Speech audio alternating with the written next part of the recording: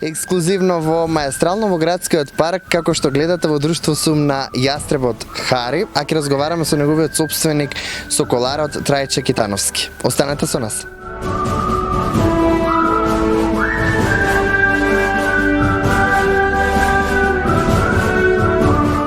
Овој викенд екипата на Маестрално одлучи да ви ја донесе приказната за 2-годишниот јастреб Хари и еден од најпрофесионалните соколари кои веќе една деценија се занимаваат со соколарството во Македонија. Трајче Китановски. Хари е од видот пустински јастреб, кој има поглед дури и до 9 метри. Првата средба помеѓу Трајче и Хари била пред цели 2 години. Јас го земав него 3-месечно пиле и од прилика 20-25 дена го издресирав со разноразни тренинзи. Тоа е тренинг на послушност, тренинг на мамило, тренинг на лов, тренинг за социализација, така да има многу етапи, не е баш едноставно.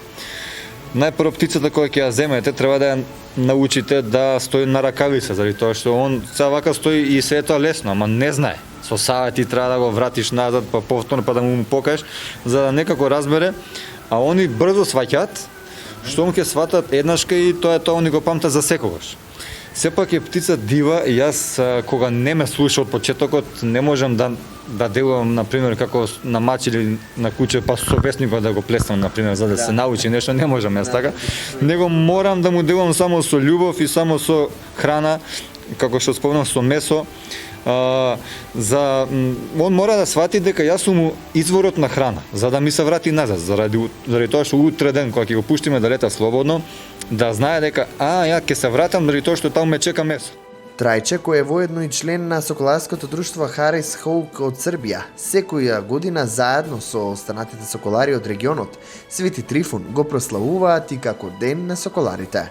Порано во минатото сите цареви имале соколи. А додека куварите, заради тоа што полесно се стига до плен преку јастреб, куварите имале па јастреби. А соколот е по-грациозна птица, така да кажем, по некако по отмена, заради тоа царевите уживале во нивниот лет, бидејќи соколот лета во небото, во облаците, а додека јастребот лета до 30 метра, значи ниско негде скрие во дрвото и така натака. Заради тоа сите цареви чувале соколи. И така Иван Грозни имал сив сокол, ама еден ден на некој лов го загубил својот сокол, се вратил дома изнервиран. Тоа можеме да го знаеме само ние што ни се случило тоа, како е тоа чувство, како да си загуби човек, исто.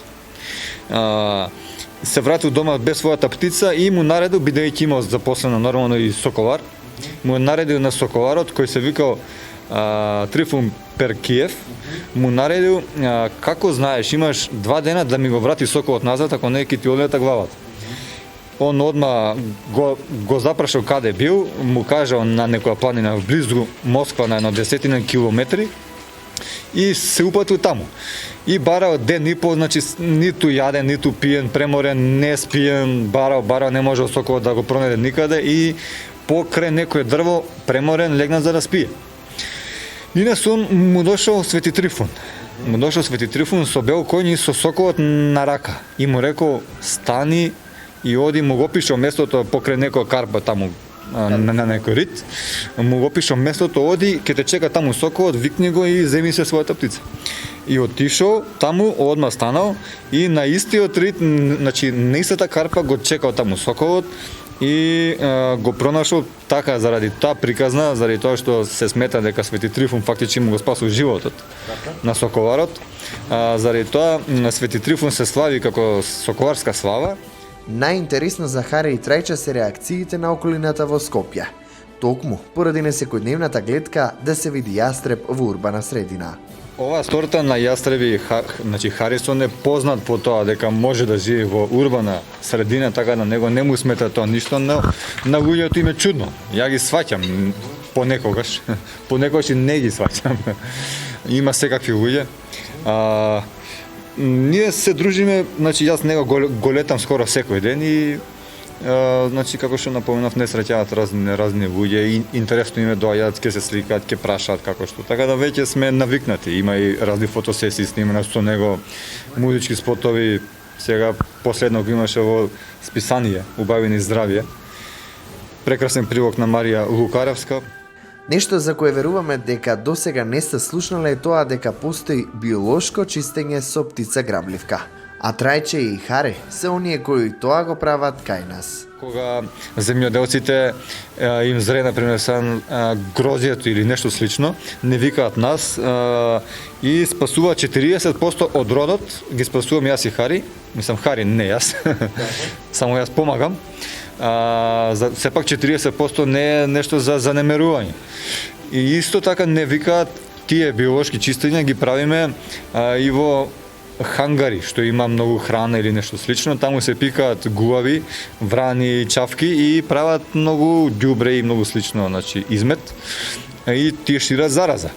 Хари ги бркал од таму на природен начин и они истите тие гуави веќе не се враќаат таму никогаш. Исто тоа биолошко чистење се прави на аеродромите. Има запослено во Србија, веќе има соколарска служба на аеродромот, мои другари соколари се. На жалост кај нас нема, се надам дека еден ќе има.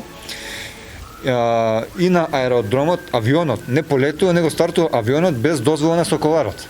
Заради тоа што тие штетници се пикаат во перките на авионот и авионот често пати ќе полета и нема сила да ги врти перките и паѓа.